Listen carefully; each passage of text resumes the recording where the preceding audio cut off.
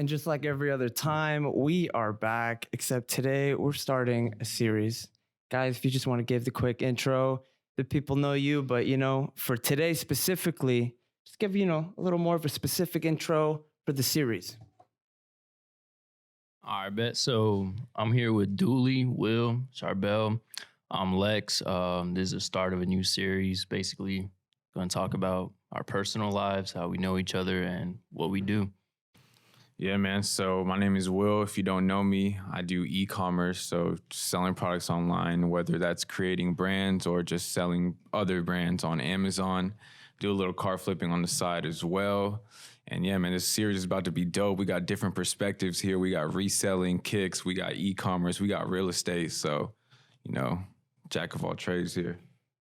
What's good, guys? Dooley here, Agent Dooley on Instagram. Real estate investor. I have an online course called Side Money University. I have a little personal brand on Instagram, a whole bunch of stuff. So like I said, it's going to be super dope to chop it up with these guys that I know for a couple of years. And I think it's cool. We all have, different perspective and, on different industries. So, man, you guys are in for a ride here.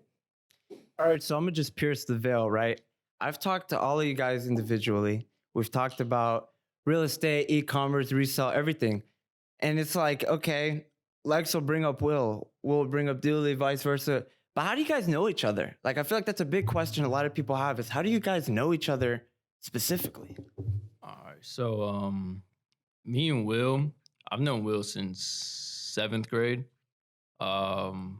Me and him went to the same middle school, went through the same high school, and we always like chilled with each other. We were always like hooping, going out, playing video games or whatever. And then Dooley, I met him through Will, about like 2 years ago? I think so, 2 years ago at a party, getting lit. And then as soon as we met each other, it was like we clicked and we were just cool off rip. Yeah, so like Lex said, I met him in middle school. I moved here in 7th grade. I used to live in Ohio. So 7th grade, I moved here, met him, and we would just chill all the time. Not really on any business shit, just some stupid middle school shit. I met Dooley at a networking event right after I graduated from high school. It was that point in my life where I was working at Amazon at the time. At a warehouse, and I was just like, dang, like I don't want to do this anymore. Like I need to meet people that are doing other things or like that own businesses. And I saw a networking event being promoted on Instagram. I pulled up, and that's where I met Dooley and a whole bunch of other people that I'm friends with now. So was that what me and Burkai? Yeah, that was the first Young Hustler. I remember that. That was OG. So yeah, kind of the last one out here, the third Will here, because you guys have known each other for a minute. Will hit me up on Instagram. I remember I was at the gym, then Will hit me up, or maybe you were at the gym or something like that. I was working. But he hit me up. I was like, I'm at the gym, bro, but you hit me up, bro. You're persistent, bro. So let's get on the phone and just talk. You know what I'm saying? Now off Instagram or whatnot. I think he was in e-commerce a little bit, and that was something that I was looking to get into. I was more real estate. So instantly off that, we connected. Probably a couple months later, we met Lex because you moved into Post Centennial, and I'm gonna keep it 100, bro. Just because we're here for the record.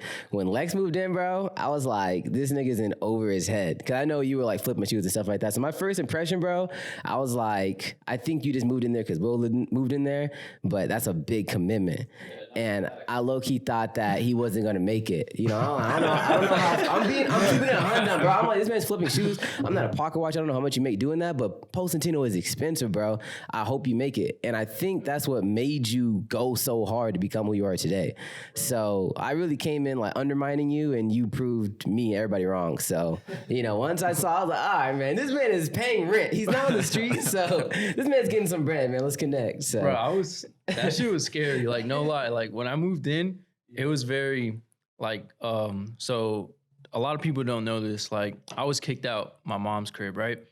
And Will was a close friend of mine. So I was like, yo, how's Post? And he was like, shit, it's lit.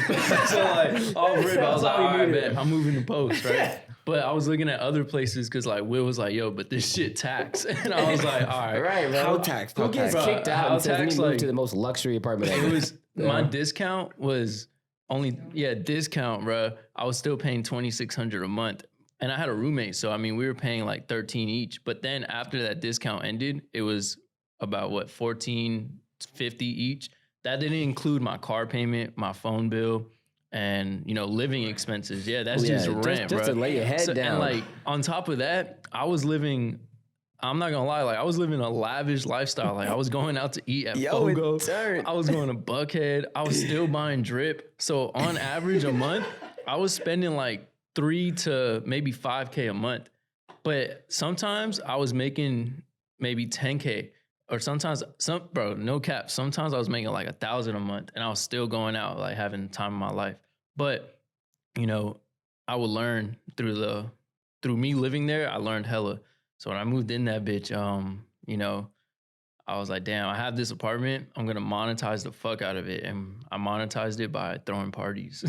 That was really it. I didn't really do nothing else. Yeah, networking, bro. I mean, it's a part of your image. You know what I'm saying? I mean, it may not be whatever, but I mean, when people see you doing certain things, bro, they have a certain image about you. And if you can monetize that image, it's a tale as old as time. So that shit was tough though. I mean, reselling, I was going hard.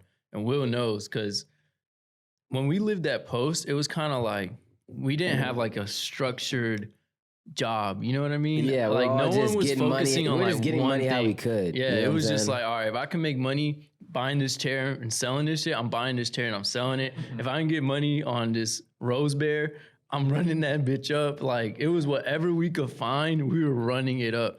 Now it's like everyone's chilling, everyone's focusing on what they really want to do. So everyone's a lot more like stable and has like consistent like lifestyle and routine now.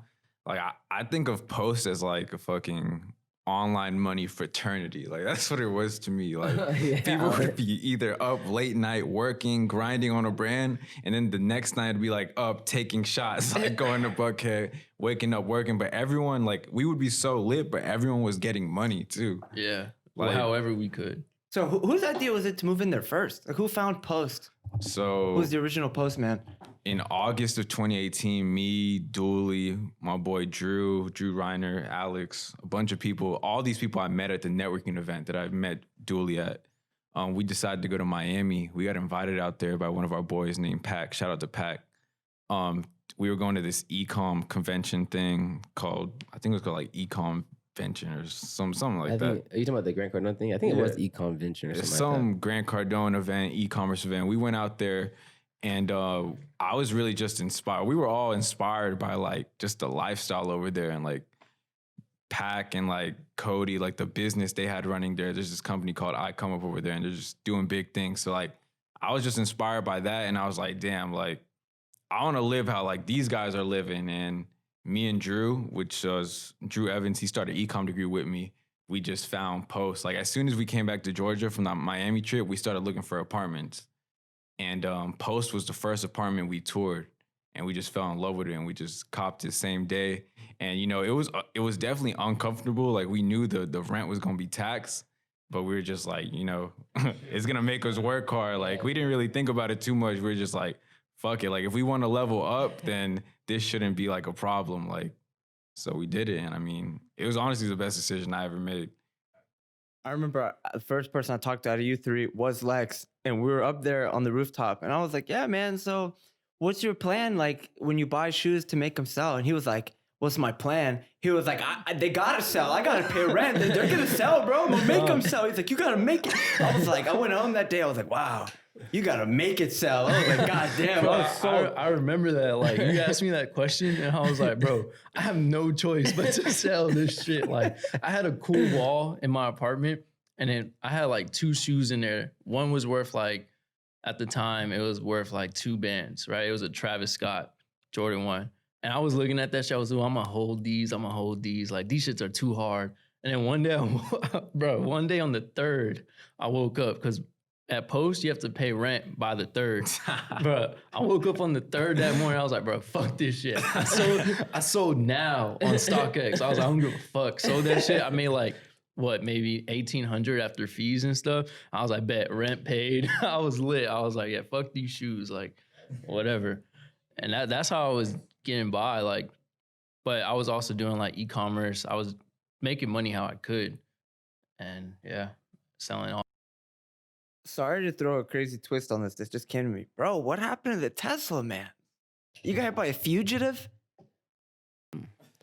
I'm not gonna talk about it too much because it's still like it's very soft spot, but yeah, bro. So literally worst case scenario, I'm just driving down, going to play paintball, bro. You know what I'm saying? Just enjoying life. And it's a little rainy or whatever. So, it's kind of stop and go traffic or whatever. So, people are going, people are stopping. I'm stopping. Nigga behind me is going. So I'm looking behind me and I see it's a Dodge Charger. When I saw it was a Dodge Charger, I knew I was getting hit, bro. Because Dodge Charger, people do not give a fuck, bro. So next thing I know, bro. And the thing is, bro, I promise you, I knew I was going to get hit. But I was just so calm. I was like I just feel inconvenienced. I wasn't scared for my health or nothing. I was just like, fuck, dude, my car is, what's going to happen? So he slammed into me, bro. I'm taking a video like for documentation purposes. And as I'm taking a video, this dude takes off, bro. He takes off the scene, hit and run. And luckily the other guy that was in the accident as well, he got kind of scraped. He was a police officer and he got his license plate or whatever. So that's how we kind of knew who he was. Yeah, but and it wasn't that bad of an accident. You know what I'm saying? The rear end was messed up, but Teslas are just so damn intricate, bro. I got my bill back yesterday. It's gonna take $31,000 to fix it. Isn't that more than the value? The value is like 40 bands. So it's totaled. So it's literally totaled at this point. So right now I'm literally like going through the motions of getting a brand new whip, enjoying the fuck out of my life, going riling that bitch, and then I get hit by a car and it's total. So that's literally like holy shit.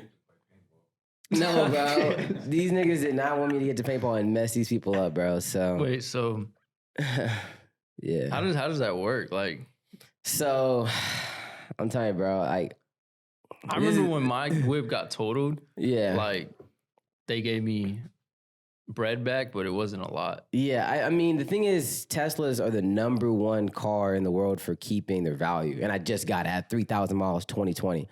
So low-key, it's still worth like 40,000. A Tesla, you can drive off the lot and it's still worth the same. Sometimes used Teslas are more than new ones because they're readily available. Because if I want to order a new Tesla right now, I need to wait 3 weeks for delivery.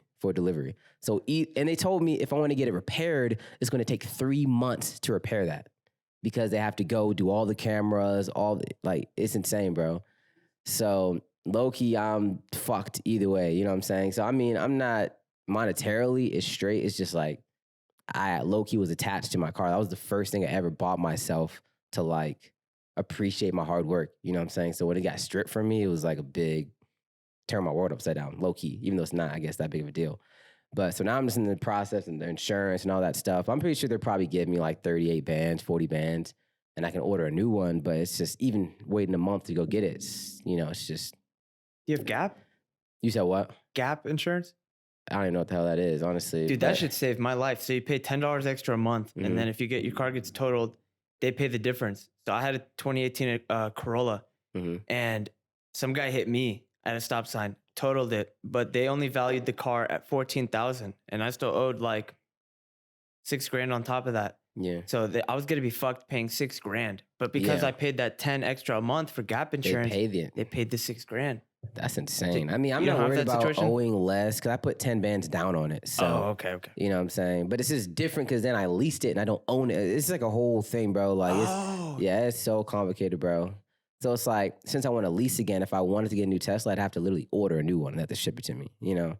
So I'm just going through the whole process and, talking to people, and the insurance process is so slow in terms of liability and inspections and all that stuff, man. So I'm going through all that right now. I'm not going to take too much time on that, but yeah, man, that sucks, bro. So appreciate your shit, bro, because it can get taken from you anytime. So, I'm going to take a couple of days and mope over it, but I'll be back in action and I'm going to, do my thing. I feel like stuff like this happens to just test you and, test your mental toughness and just force you to level up. So, That's a really good point. We don't keep pushing. That's a really good point because you rewarded yourself with the Tesla, right? Yeah. So what are some things you guys do to reward yourself? Because I know Dooley's the Tesla, and even that situation's happening right now. That was like you succeeded. Yeah, that was still, I mean, even just, being able to say I had one, or I guess I still own one or whatever. It was a big, every day it's just a manifestation of like, I worked for this shit, I earned it, so I'm gonna enjoy the fuck out of it. Sometimes you need those guilty pleasures to reward yourself,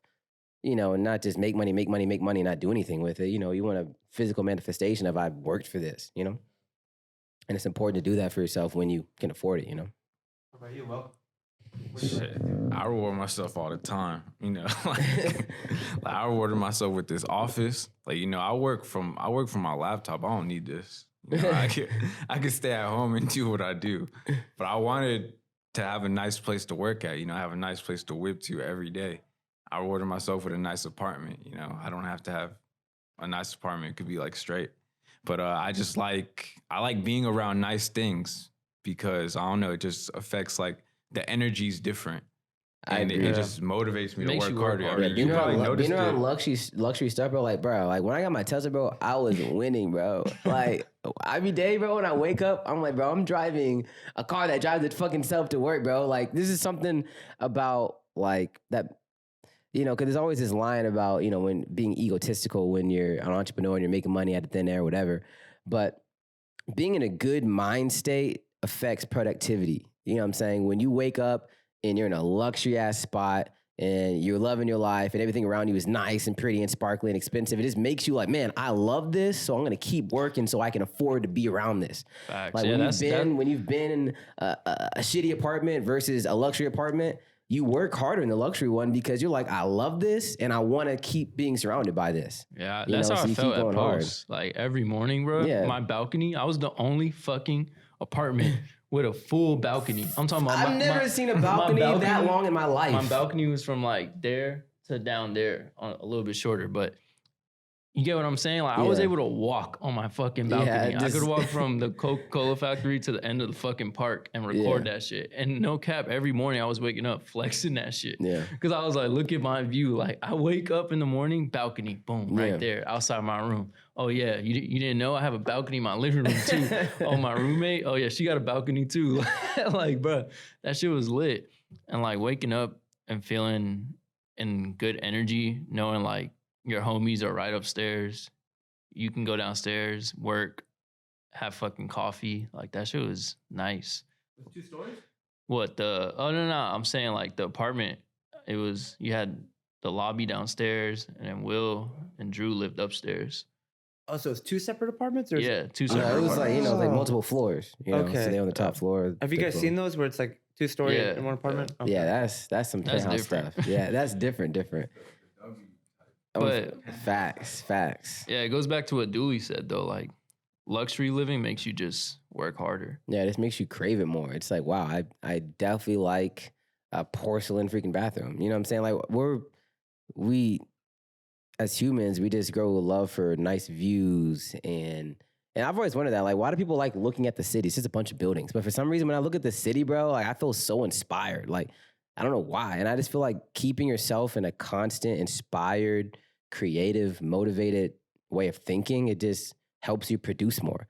And as entrepreneurs, we're just producers. You know what I'm saying? Like, there's been times where I was at the top of their freaking pole. I'm like, damn, bro, like, just being up here, I want to do something to make some money. You know what I'm saying?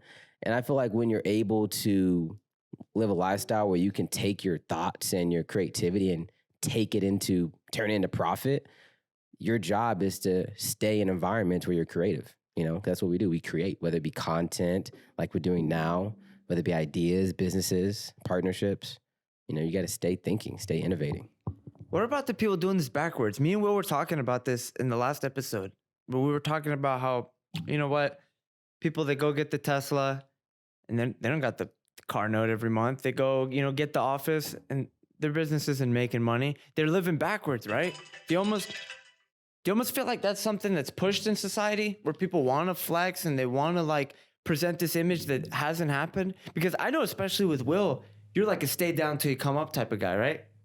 Yeah, I mean, I feel like there's levels to everything. Like, I feel if you can afford something and you really want it, go and do it. But you definitely shouldn't be like some people like heavily rely on the fake it till you make it.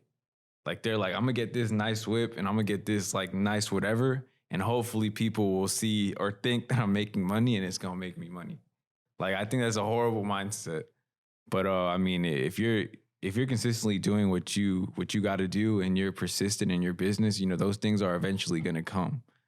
Like, for example, when I started with e-commerce, like I didn't even have Wi-Fi at the crib. Like I would drive from Stone Mountain to GGC 45 minutes every day just to connect to the Wi-Fi over there. And that, you know, led me to creating my first successful dropshipping store. And, you know, I had no Wi-Fi on my first $700 a day dropshipping store. And then I didn't get an apartment until 2 years after that.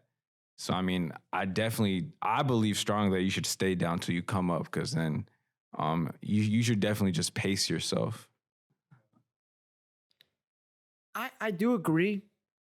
But then there's like, you know how Lex moved in, he was like, I gotta fucking bust a move now. And then you did, right? But I don't recommend that. Like, You don't? nah, I don't recommend that at all. Like, I wouldn't tell my 19-year-old self, and where I'm at right now, I wouldn't go back and be like, yo, don't do it. You know what I mean? Because, whoa, yeah. So, I mean, when I did it, it was a big risk. And like I said, I had nowhere else to go. I got kicked out. So it was either I'm gonna make it or I'm not. And I had good people around me. Some people don't have good people around them to where they're actually gonna succeed. You know, they just do it on their own. They think I can do it. I can do this by myself. And that's like not a good mindset. So because I had good people around me and I was able to learn from others and apply it to what I'm doing, that's what made me like succeed and get by. I feel like you got to be a certain type of person too. Like, I listen to so many interviews and so many podcasts, and you'll hear the same shit from successful people. Like, you'll hear them talk about their come up and they'll be like, yeah, I did it this way, but I don't recommend anyone else do it that way. Facts. And every successful person says it. They're like, yeah, I did it this way, but I don't recommend you do it that way, because they know the majority of people aren't like them. And I feel like he said with posts, like, you have to have that all-in mindset. For example, I dropped out of college before I was making any type of money. Do I recommend that? No. But I also feel like the type of people that can take those risks and bet everything on themselves and like really go hard are the ones that end up being successful. The ones that play it like too safe and they're like, you know, I'm gonna do half school and then half my side hustle. They usually don't excel like the dude that's all in and he's like back against the wall. So that's my opinion on like that type of. Yeah, I feel like it's just like you're saying, it's just, you got to be different. Like, it just all comes down to self-awareness. Like I was saying, what Lex did, I wouldn't recommend it, because low-key, like, it's cool. Like, you made it. I'm so happy. But for most people that are not Lex, they're going to get kicked out. They're going to have an eviction, and their credit's going to get fucked up, and they're going to like ruin their life. You know what I'm saying? Bro, but like, the thing is, we're just the 1%. So we can't talk to 100% of people and give 1% advice, because most people are just not built like us. And that's, the more I work and hang around people, we're just built completely different. You can call it, being prestigious or whatever, but we're just built different. And the results obviously show that, you know what I'm saying? So when people come to me and say, hey, I want to do what you do. I want to be who you are. I want to, teach me. I'm like, I can definitely teach you, but there's a 99% chance you're not the type of person that can actually do what I did, just because you're not built like me. You know what I'm saying? So it comes down to self-awareness. And for me, and I'm sure it's the same for them, I knew that no matter what, I was going to succeed. Whether I had hiccups or messed up or lost money or whatever, I knew I was going to succeed. And I don't know if that was the world telling me that or whatever, or maybe I was just naive. I just was self-aware enough to know that I had the skills to succeed if I were to put myself in a position where that was the only option. But see, I want to stop you right there for a sec, because that's a skill in itself. Being self-aware. Like, God, I forget who said this, but someone talked about, I think it was you. You were talking about how to live like the 1%, you got to go through the shit that the 99% don't want to go through. Isn't there kind of like a romantic aspect to that? Like, when you're stressed out, you have anxiety, and you're like, fuck this. Like, I could have just got a job and played it safe, but I'm doing this because I feel it and I have it in me. And then it does push through. Isn't that kind of the type of thing where it's like, okay, like, I went out, I got drunk, I know what it's like to get drunk. So when I want to get drunk, I know what to shoot for. Like, do you think that a lot of people have a problem with staying in their comfort zone? And I mean, there's nothing wrong with that, but they never push their comfort zone, so they never really grow as a person, right? I mean, yeah, staying in your comfort zone is definitely, a huge issue. Like, I used to be like a very shy person back then. Like, I remember when that first networking event that I met Dooley at was being promoted, I almost didn't go because I knew if I went, I would have to speak in front of a bunch of people. And I was like, bro, I don't feel like speaking in front of a bunch of people. And then literally like 5 minutes before the event, I was like, fuck it, like, I'm gonna go. Pulled up, and we would do this thing where everyone would be in a circle and you would have to say like what you wanted to learn or what value you have to provide to the group. And, you know, at the time I wasn't doing anything. I was just working at Amazon. So literally I have, and you would write it down in like a card, and I still have that card. My boy Drew does. And like, I remember the first event on my card, it said, you know, my name's Will and I want to learn about Facebook ads. And I'm here to see if maybe anyone here like is into e-commerce. That's what it said on my first card at that first event. And, you know, if I would have never got out of my comfort zone in like talking to people, like a bunch of people, then I would have never met Dooley, and I probably wouldn't be where I'm at here today, especially being like a content creator. Like how can you go from being like so shy to literally, you know, having a program with like hundreds of students posting YouTube videos all the time and being like a voice for a lot of people. So definitely get out of your comfort zone, because you may even discover like a side of you that you never knew was there. I mean, you're always going to stay the same if you don't get out of that box. Yeah. I mean, like for me, moving to post was like out of my comfort zone. I was so used to like living with my parents and like waking up, meals, you know, come back home, dinner, whatever. Like that was normal. So the minute I didn't have that, it was like, oh shit, like that's not there. You know what I mean? My house, I have to clean it myself. I have to make food. I have to go get food on my own. And on top of that, I need to make money. So when I wasn't in my comfort zone, every morning I was waking up, like I had a schedule, or tried to stay on a time schedule where I knew where I had to do this, get this done. So the next day I won't be so stressed. And then same thing, just repeat, keep going and going and going. And then that was like rewarding to me, because I was like, oh sheesh, like I could actually do this on my own. So to people who like get stuck in their comfort zone, I feel like it's dangerous, because then you never really get to see what you're capable of doing. Yeah, I just always think about how like we're gonna die. So who really cares? It's like fuck it. Like Yeah, just like, go do it. I want there to be an issue when I die. I don't want to just have a funeral and then it's it. Like people got to go to court. Like, fuck, what are we going to do about this? What are we going to do about? And then a bunch of shit starts popping up. Like, for example, right? Rest in peace, Connor, right? He was on the show, episode 8. This man went from being homeless to having $1 million roofing company. And when he died, dude, his family was like, fuck, like, what do we do? Like, shit's everywhere. Like, this man had projects going on, like, money's out. Like 7 salespeople, people in the office. And I just remember like seeing that. It was like, damn, like he's gone, but he left the impact. And that shit was powerful. And like, I want to have that. And I know you guys want to have that, but I feel like people get too comfortable in thinking about like, and I know we were talking about this, where it's like, oh, well, when I'm 50, I'll get into real estate, or maybe I'll try stocks when I'm 30. But it's like, why are we all walking around here so comfortable, thinking that we're going to get all these years? Like there's cars driving by and all these people are taking a risk every time they get in a car. And I personally, I like to use that perspective to keep me going, that like, okay, you know, maybe I'm not where I want to be, but I'm still here. So I might as well try 100%. Like, okay, yeah, don't go put all your money in stock market and, you know, do stuff that you're not educated about, but you got to take risk. Well, what do you guys think about taking risk? Bro, like taking risk is, I take risk every single day. Like, so I resell shoes, right? That's something I like to do. That's something I've been doing for 7 years now.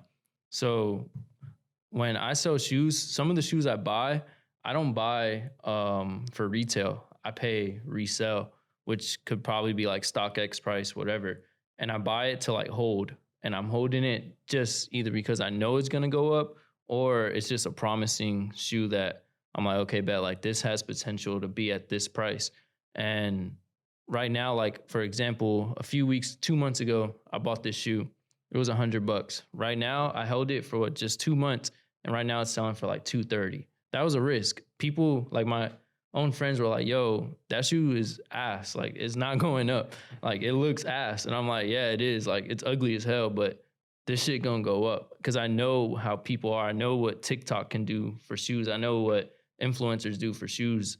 So because I know that, I know this shoe's gonna go up. A lot of people don't know that. Like in the shoe game, they don't know that shit. Like they just know that shoe is limited. So if it's limited, it goes up. This shoe was not limited. It was just a regular shoe. I bought it at Foot Action.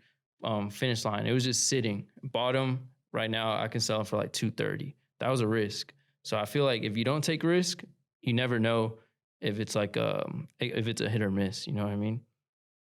Yeah, I mean, people just want to. I mean, it makes sense to me. Like I don't stay in my comfort zone, but I at least understand it. I mean, because there's been times where I'm sure we're super stressed and we're doing everything we can, and there's so much to do, and it's just a lot to be stressed about. I think, man, if I just had a job and I could just go and make money and come home and everything is left at the at the workplace, and I could just be home and chill.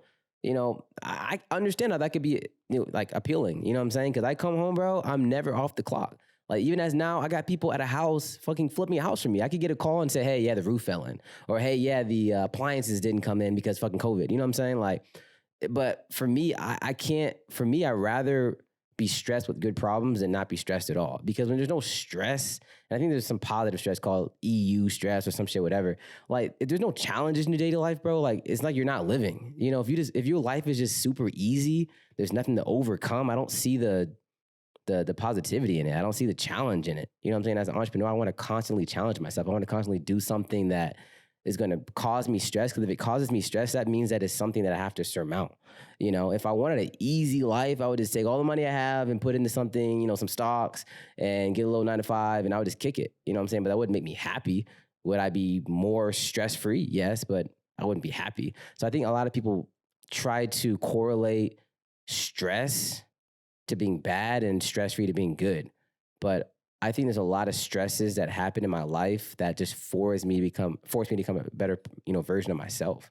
So I don't try to avoid stress at all costs. Because again, I feel like the more I challenge myself, the better I get at facing future stresses. You know what I'm saying? It's kind of like when you're, like a bone, when you break a bone, it comes back, it grows stronger. If you don't get stressed out, when stress comes at you, you're not going to be able to know how to handle it because you've never done it before. So for me, I'm like, give me all the stress that you can give me. I'm going to figure out how to handle it. So when it comes back at me, I can handle it.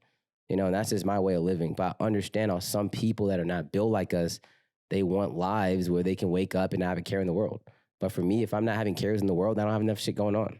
I mean, to piggyback what you said, like, bro, when I'm stressed, I'm not mad about it because it keeps me busy. I like having problems and finding a solution to it. Because if I could do that, if I could figure out a problem every single day, I can try to put something together to avoid that problem in the future. And I've done that with a lot of things. Like, it's like, for example, we all have affiliates, right?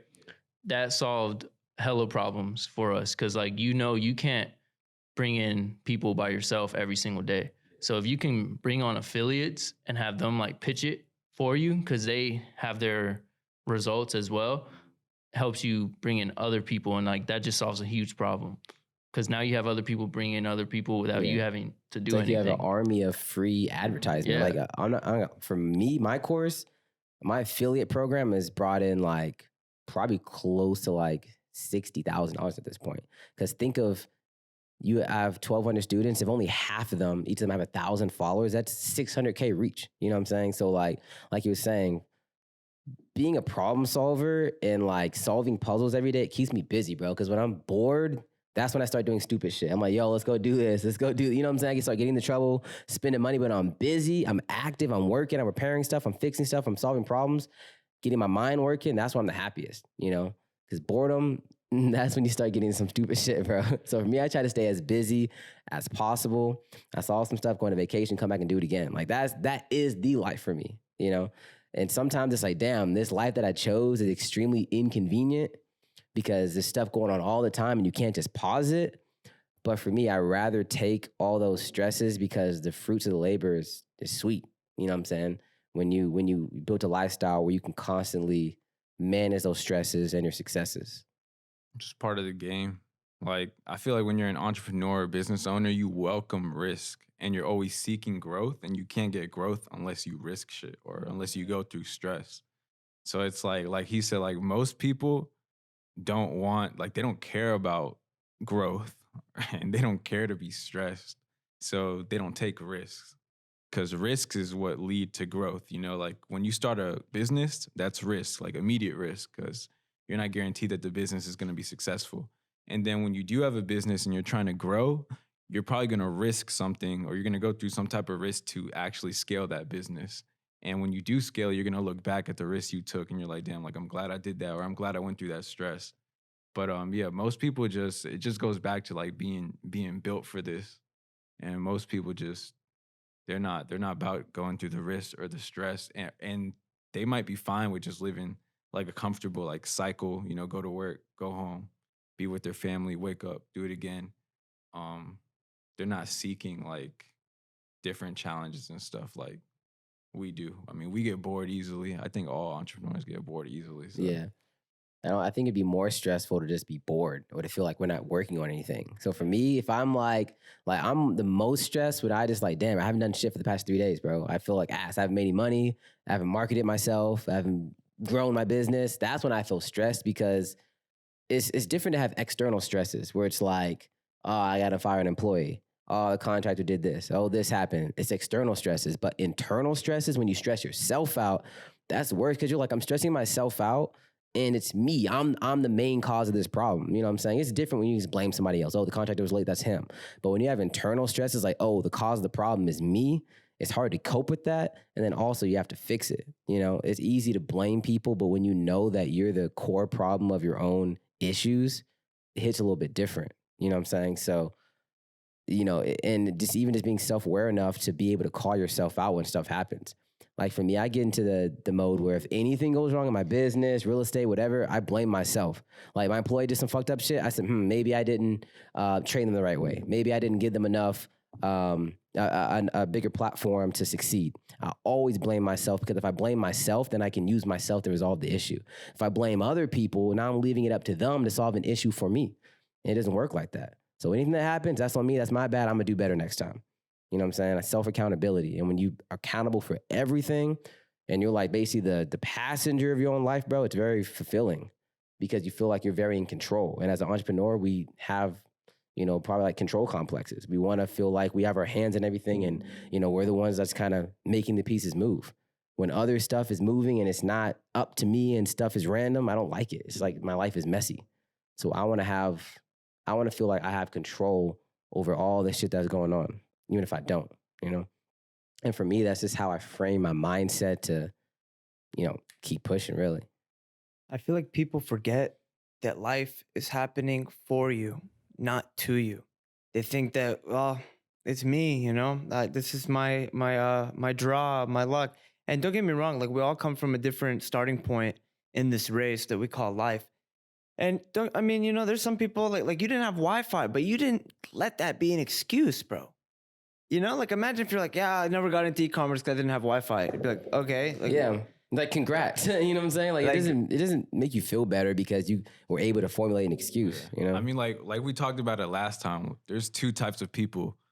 For example, people trying to get into e-commerce, right? One type of person will be like, dang, I see so many people getting into e-commerce, like it's saturated. I can't do it. And then you got another type of person that's like, dang, I see so many people getting into e-commerce and they're successful. Like, I know I can be one of those people. Yeah. It's like there's two sides to everything. I just had somebody like say that, like, they're like, yo, so many people are getting into reselling, whether it's shoes, you know, like Amazon, the whole fans thing and stuff like that. He was like, yo, Amazon's saturated. I'm like, I mean, not really, bro. I mean, everyone's making money off of it. So it's just getting bigger and bigger. And he was just like, yeah, but there's going to be one day it's just going to crash. And I was like, Amazon's going to crash? I was like, bro, you do realize like Amazon like supplies hella like people's homes. And what are they doing right now? Like they're building more homes, which means there's going to be more people, which means people are going to order more. And he was just like, I never thought about that, but nah, that shit weak. And I was just like, bro, I was just like, all right, bro, like, you know, everyone has their own opinion, but that's someone like that you could say like doesn't want to take the risk, because he won't know. He'll never find out if Amazon is going to work for him or not, because he's not even going to do it or reselling at all. Some people would just rather like convince themselves out of something before they have to put any effort into like doing it. So like attitude, you would say?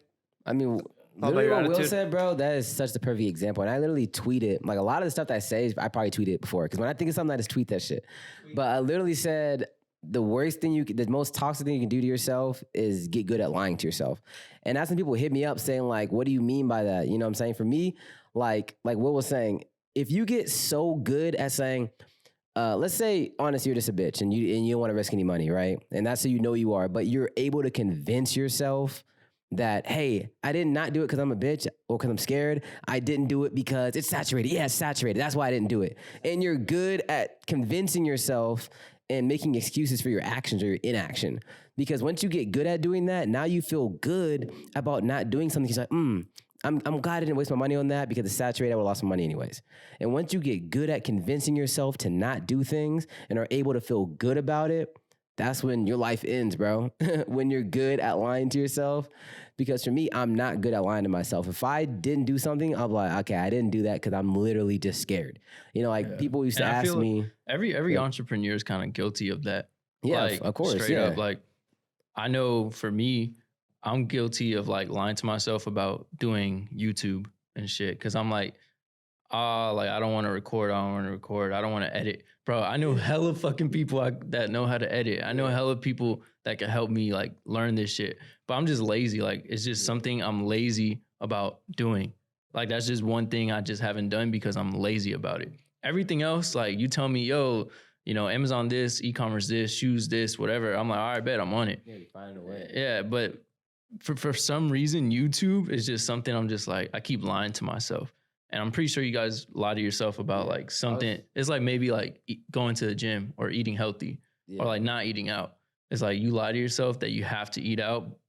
Really, you could just like make lunch. Yeah, and it just feels better if we're able to find an excuse for our actions. And this goes way back to when I was like, you know, we've all had those days when we're about to go to school, like high school, middle school, and we like, you know, we're feeling a little headache, so we say that we're sick or whatever. You know what I'm saying? We say that we're sick so we can get out of going to school.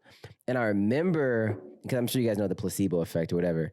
I remember this one day, bro, where like I was not sick at all, but I just did not want to go to school. I think it was because the test on my test. So I told my mom I'm sick, all this bullshit. And I literally was believing the lie so much, my head actually started to hurt, bro. Like I literally almost felt like I was getting sick because I was trying to play the role so well, bro. And I was like, holy fuck, dude, my brain is like powerful as hell, bro.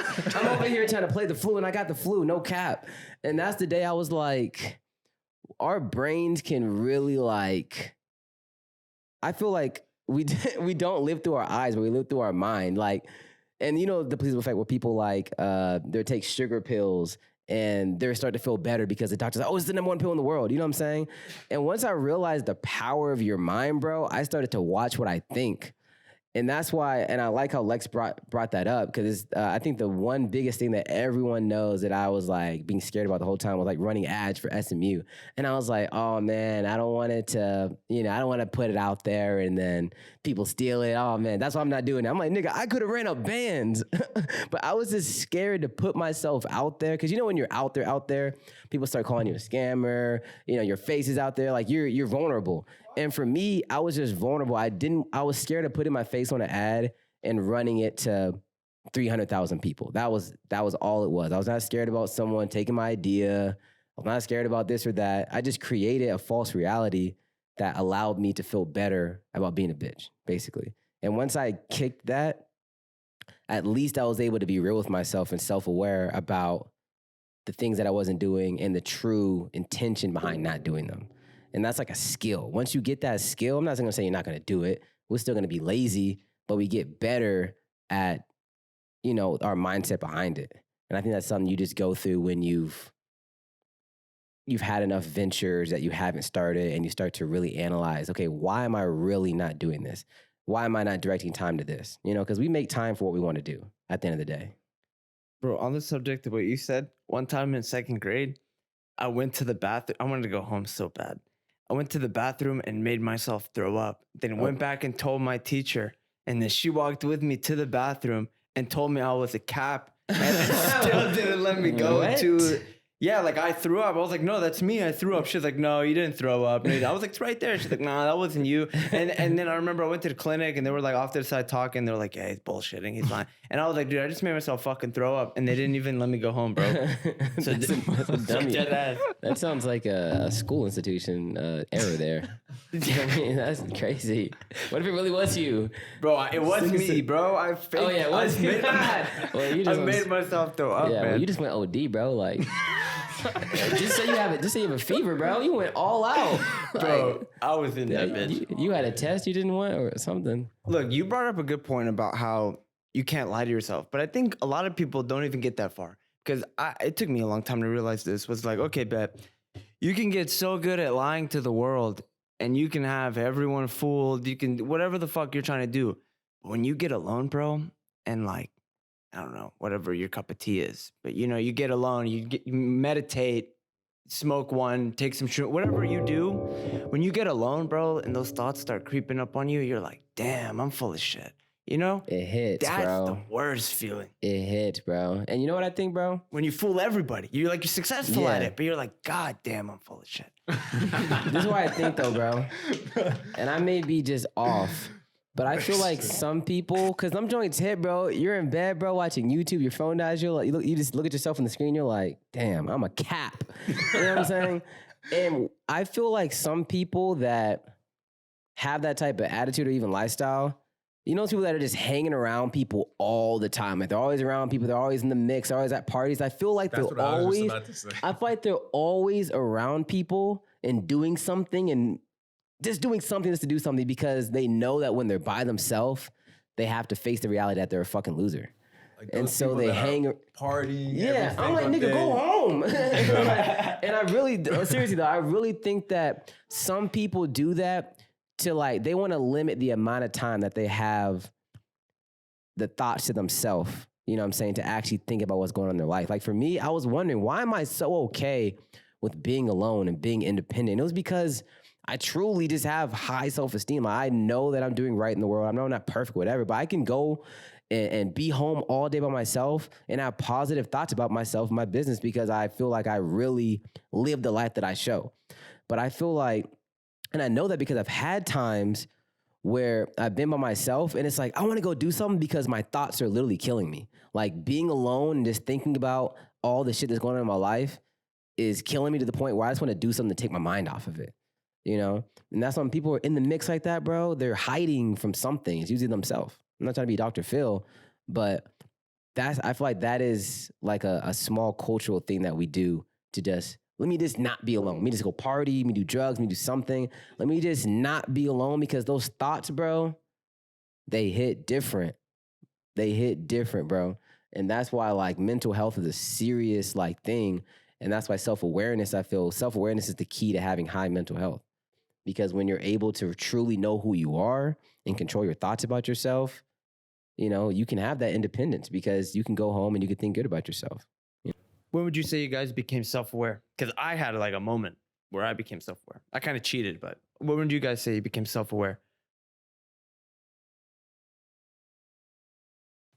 Once I started, I don't even know. I feel like I feel like it's not a I moment, feel bro. you constantly it was just. a moment It's for me. not. I oh, feel you constantly just become more self-aware. yeah. every For me, it wasn't day a moment. almost. It was like just I gradually become more self-aware. I think for me, expressing my whole life through Instagram basically helped me become self-aware because people would think that I had two lives, like my Instagram life and the me. But I feel like the more correlated I was on Instagram versus I was in real life, that was able to kind of show me the disparity between who I wanted to be and who I was. I think it was Drake who said it. He was like, you know it's real when you are who you think you are. You know what I'm saying? That joint hit. That joint hit, bro. Because think about it, bro. Everyone wants to be a big boss, baller, driving a nice whip, got a bad chick. But a lot of niggas are not that, bro. Like, so think of being who you actually think that you are, who you think you want to be. And the closer those two worlds come together, that's when your mental health is on like that. You know what I'm saying? So think about when you want to be a certain person, but you're way down here. Your world, your thought of yourself and your actual physical self are so far apart. It's hard to be self-aware about yourself, you know? So I think it's just a constant battle of knowing where you are and accepting it, and then just moving towards, the other side. And social media puts that like good pressure on you, I think. Yeah, Like when you speak things into existence and then you speak it like on social media, it's like, I read it in a book where it's like, you can write down your goals, but if you really want to do it, go and tell 5 friends. Because now if you don't do it, they're going to be like, damn, this dude's a cat, bro. Like, he said he was finna lose weight 6 months down the line. This dude's still fat. Like, but if you write it on a piece of paper, it's like only you see it. So it's like, so if you don't do it, nobody knows. Yeah, let me give myself another 6 months. Like, Exactly. I've done that shit. Like, you ever told somebody something just so that you know, so if you I can see hold this yourself person, accountable. Hold you accountable. Like, straight up, I've done that to. I've honestly probably done that shit to you because I mean, you lived right on top of me, and I would be like, "Yo, I'm gonna do this or this or this or whatever." And I was like, damn, I would go back to my crib. I'm like, fuck. I'm like, Now yo, I gotta do it. I already said that shit. So now if I don't do it, I'm ass. But if I do it, I'm fine.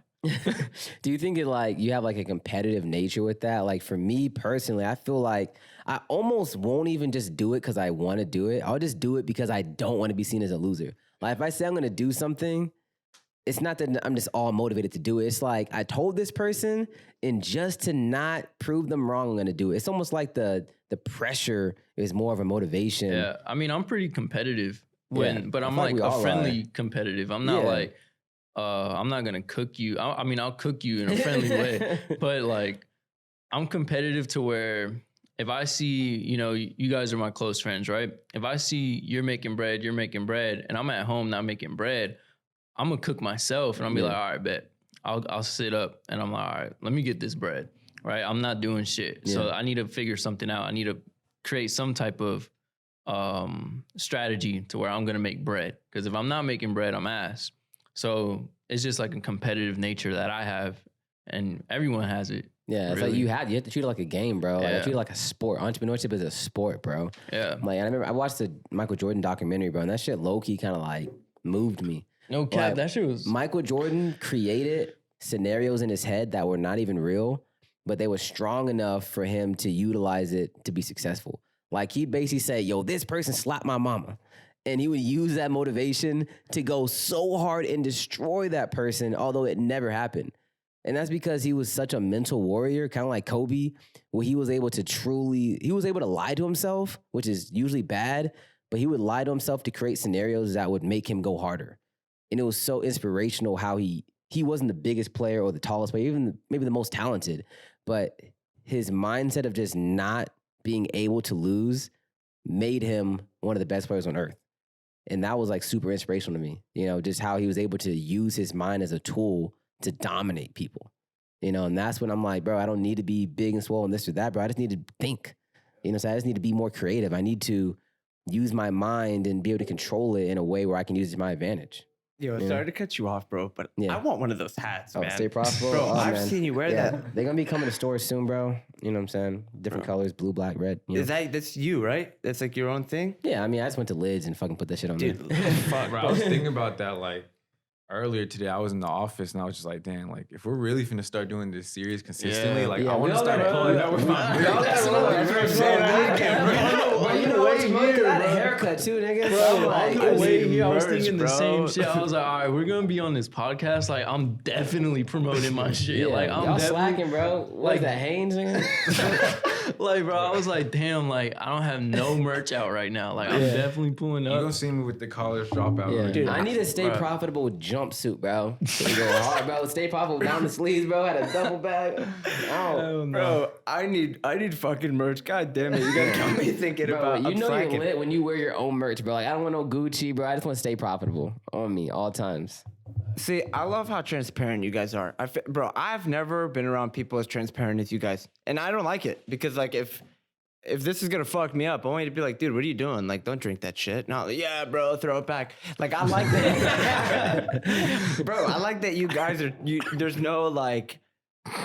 no soft spot. Like, you were like, damn, bro, you moved in a post. I was like, fuck, RP Lex. Like, Yeah, I thought he was done. I said that nigga gone, Bro, and bro. a lot of people, bro, I'm gonna go back to that shit because like hella people thought like that. Like, no lie, like my own dad was like, "How the fuck are you gonna pay this shit? Like, it's nice, but like we had like a man-to-man talk, and I was like, just know. But a lot of people don't know, you know, I wasn't on social media. I was flexing on social media, but I wasn't like giving out what I really do. Like I was a full-time reseller throughout high school. Like I've been doing this shit. Like I had money saved up. And I was like eating good before I was at Post. Like I was going out before I was at Post. And, you know, I was buying shit for my ex, whatever. I was splurging, right? But I always had like a security where I had like reselling money away. So when I moved in that bitch, like I was like, all right, like this is how much I have. I'm gonna fuck with it. I'm gonna do something with it. But hella people thought like how Dooley thought. And that shit made me go hard. Like, yeah, I mean, you were in the spotlight, bro. So if you failed, bro, like, bro, if you posted your balcony and then you're under the balcony sleeping there, bro, that would be so bad. So I feel like you didn't have a choice but to succeed. You know what I'm saying? Especially on social media. I was the only one that believed in this man, bro. I was the only one. Because, like, I mean, it was because, though, in middle school, like, he was the only one that had a business, really, like reselling. Like he was reselling hard in middle school.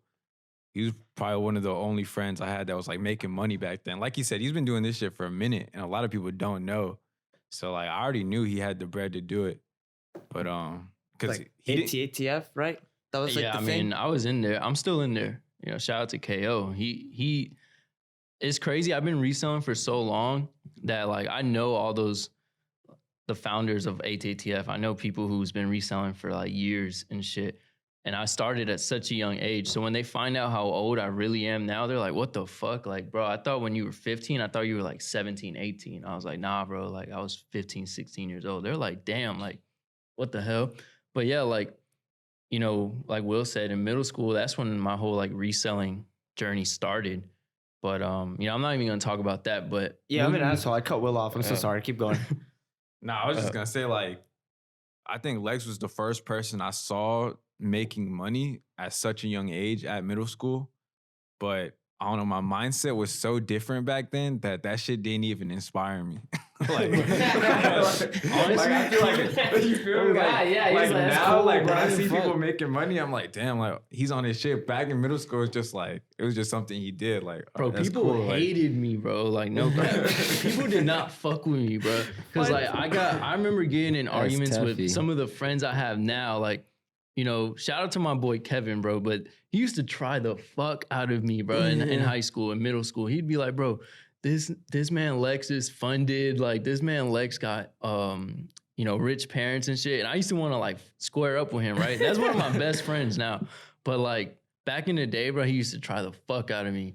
And I would be like, bro, I'm going to fight this man Kev. Like, I'm tired of his shit, whatever. But there was other people like that, too. Like, they thought, you know, my parents were like buying me drip and shit. But nah, I remember at 16 years old, I went to Phipps. Bro, people in my class didn't know what the fuck Phipps was. I went to Phipps and I went to Saks or Neiman Marcus, bought some Balenciagas.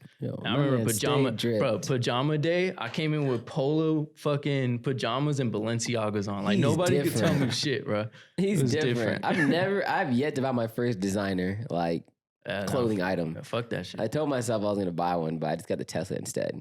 No. But I think that's a little better. That's crazy. No, it's just crazy because that's like my mindset, bro. Like literally, bro, I remembered it when I was taking a Snapchat in my car and I had fake AirPods on in my Tesla. You know what I'm saying? Like, there's just certain things that I care about and that I don't care about. You know what I'm saying? Like I don't really buy things to impress other people. And like I've actually become self-aware enough to know that that's true. Like I'll never spend $1 just to get someone's attention. You know what I'm saying? Like I can definitely say the Tesla was actually a purchase that I made for myself to reward myself. You know what I'm saying? And I always just thought about buying designer stuff. And there's obviously some designer stuff that's nice, but some stuff is just ugly now. Like people are making these weird ass designs just to be different. And I'm almost like, if you ever buy that, you're just trying to flex. And it does not look good. You know what I'm saying? But it's just, you know, it's all about deciding it's hard sometimes to differentiate what makes you happy or what's going to make you happy because you know other guys are going to envy you. You know what I'm saying? It's hard to sometimes see what you're doing for yourself, what you're doing for others. And, you know, as someone has been like ingrained in social media since, you know, for the past 3 years, like basically my whole life, like I'm very open, bro. Like people have seen me from Pizza Hut days, Olive Garden to now. You know what I'm saying? Like you can go through my Instagram history and see like me making quotes and like, yo, I'm gonna buy a Tesla in 2021, or I'm gonna be a real estate investor, I'm gonna flip, you know what I'm saying? I put it out on social media to the point, bless you, where it's like, if I fail, bro, the whole world's gonna see me be ass.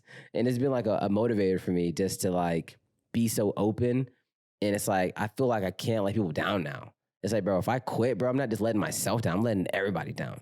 So it's like these guys, just putting yourself in a position, whether it be financially, emotionally, psychologically, just put yourself in a position where it's like you have to win, you know, for your mind state. And some people, they just fold under the pressure, you know, but I feel like if you're an entrepreneur, like you're born for that shit, you're going to make it. You know, it might not be today or the next day, but if you just keep going, you're going to hit it. Dude, this is a question for you two. Well, I mean, I guess you too, but I know we were talking about this. So I don't know what it is, man. I used to be the social media guy back when I was in high school. But then, I don't know. I just, you know, I'm not going to get into my personal life, but I got to a point where I was like, fuck that. It was causing more issues in my life than benefit. But I want to change that. I really do. Like, what would you guys say is the key to just being active on social media? Because it's hard, bro. Not necessarily like, oh, what are people going to think about me? But like it's kind of a skill, dude. Like, bro, honest to God, you two specifically, like there's times where I'm like, yo, I'm gonna go like chill real quick, you know? And then I'll see one of you guys' stories and I'm like, fuck, I gotta go do something. I'm not doing enough. Like, what am I doing? And it's motivating, but it's like, it's hard to recreate. Like, you can't, there's no facade. It's real. So I'm just like, what would you guys say to like get the ball rolling? Because I suck at social media, bro. Like, I don't know what it is. I just don't give a fuck. But I should. So I'm going to put in my quick opinion, right? You can't give a fuck what people think on social media. Like, straight up, you know, these guys, I learned from him and Will as well. And like, when you post on social media, you just got to spit facts and show people that it works. And as long as you do that, like, people are going to be like, so a lot of people are going to hate on you. A lot of people are going to follow you because your posts are annoying, but you're also going to gain traction and more followers in the long run. Build true fans. Yeah. And lose. Like, just keep posting the same shit. It took me a while to get over that. Like, I had to go through like two hurdles. So the first one was like when I first started e-commerce, like 2 years ago. And like all throughout high school, I was just like known as like, just, I guess, like a funny kid. I hooped. So people knew I hooped. Like, I had like hooping shit on my profile. And then I was like, how the fuck am I gonna go from some dude that used to hoop in high school and then out of nowhere just start posting e-com shit on my Instagram? I'm like, bro, I'm gonna get cooked. and then I was like, bro, honestly, I don't give a fuck. Started going live every day, just talking about e-commerce. Wasn't even making money. I remember that. This used to go live every day, bro. Every day, just posting. And then like, I probably lost followers, but I definitely piqued people's interest too that were interested. And I did that for like a year straight. And I started to build an audience. Like I never like paid for followers. And even if you do pay for followers, like those fake followers aren't gonna buy your courses and stuff. Like, aren't they bots? Yeah. So like, you're not gonna make any money from them, you know? And I've done like over 6 figures in revenue from my course, like no paid advertising at all. And it was strictly through Instagram, like just posting, like documenting my journey, all that. And then it was this year that I got over another hurdle where it was like, if you looked at my Instagram, like if you scroll down, you'll see that it used to be like just like lifestyle pictures. And it was just like aesthetic, like it looked cool.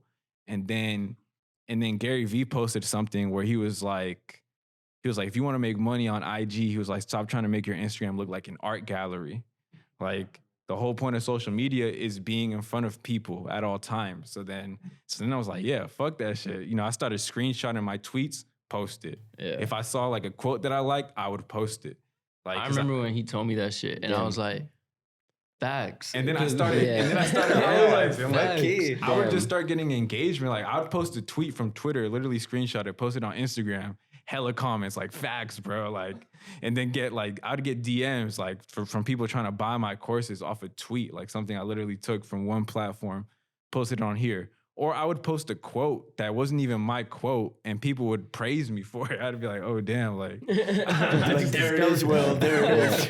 This is the one. That's a good ass point, though. So you know, I just started posting like crazy. Like on Twitter, I've been growing like 500 followers a month. You know, a lot of people don't know, I schedule 15 tweets a day. I try to tweet every hour of the day besides like when I'm sleeping and stuff. Holy shit. So like every night I'll write 15 tweets. And now I even have a copywriter that writes threads for me.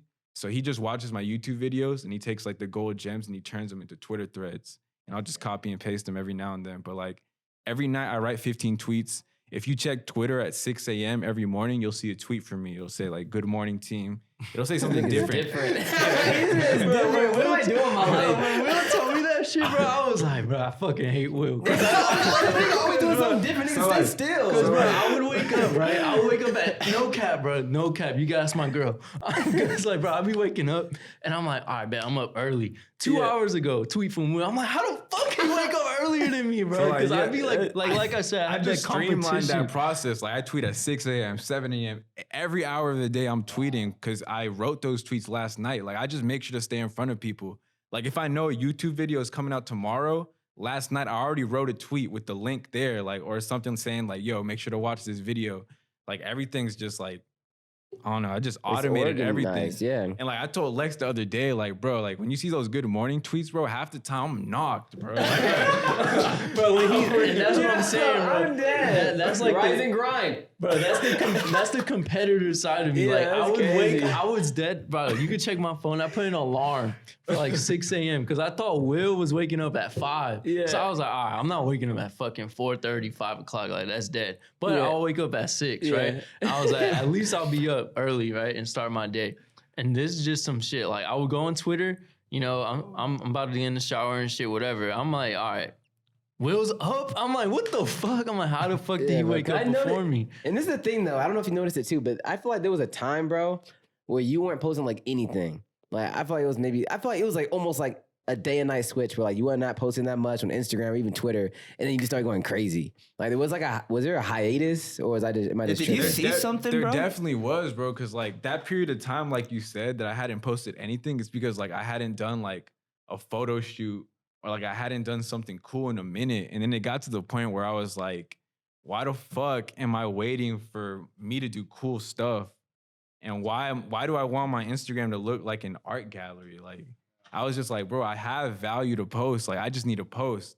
And then like that day I was just like, bro, fuck it, I'm just posting. Started posting on Instagram, started posting on Twitter, taking content from those, posting it on Facebook. Yeah, I started getting on Facebook as well. Like we be going crazy. And that's crazy because my Instagram is definitely like the art gallery thing. Like I post like once a month, bro. Like all my revenue, like I probably made $250,000 on Instagram so far. And it's literally just from Instagram stories, bro. And like you were saying, like tips on how to be good at social media. I mean, for me, I want to say, you know, hard work and this and that, but to be honest, I like showing my shit off and I made hella bread. So it was, for me, it was a no-brainer. Post on Instagram, make $500 a day and show niggas that I'm lit. You know what I'm saying? So for me, it was not even something I can get super psychological about. It was a no-brainer. I make money and obviously having decent things and being able to show it to the world and being able to teach people. And, you know, it's like a community now. Like my family, bro, like, my Instagram is like my family, low-key. They've seen me go through some stuff, bro. They saw my last car accident. Some people, like, can tell you some stuff about my life that some people don't, like, friends don't know.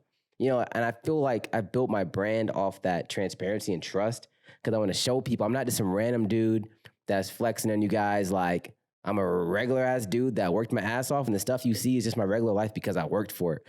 You know, and it took me a long time to build that.